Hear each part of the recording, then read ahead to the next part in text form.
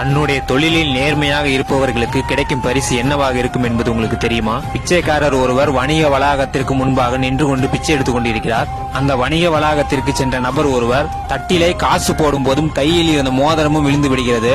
இதை கவனிக்காமல் சென்ற அந்த நபர் பிறகு வீட்டிற்கு சென்று விடுகிறார். சிறிது நேரம் கழித்து அந்த பிச்சைக்காரர் தட்டில் இருந்த மோதிரத்தை பார்க்கிறார். இந்த மோதிரம் யாரது என்பது தெரியவில்லை. இந்த மோதிரம் உரியவருக்கே செல்ல வேண்டும் என நினைக்கிறார். ஒரு சில நாட்களும் ஒரு சில மாதங்களும் கழிந்து விடுகின்றன.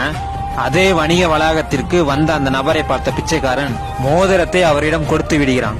இதை பற்றி அந்த நபர் சமூக வலைதளங்களில் பதிவு செய்கிறார். இதை பார்த்த கோடிக்கணக்கான மக்கள் அந்த பிச்சைக்காரனுக்கு உதவி செய்கிறார்கள். நேர்மையாக இருந்த அந்த பிச்சைக்காரனுக்கு கிடைத்த மதிப்பு எவ்வளவு என்பது உங்களுக்கு தெரியுமா? மோதிரத்தை விற்பனை செய்திருந்தால் அவனுக்கு கிடைக்கும் மதிப்பு 1 லட்சம் தான்.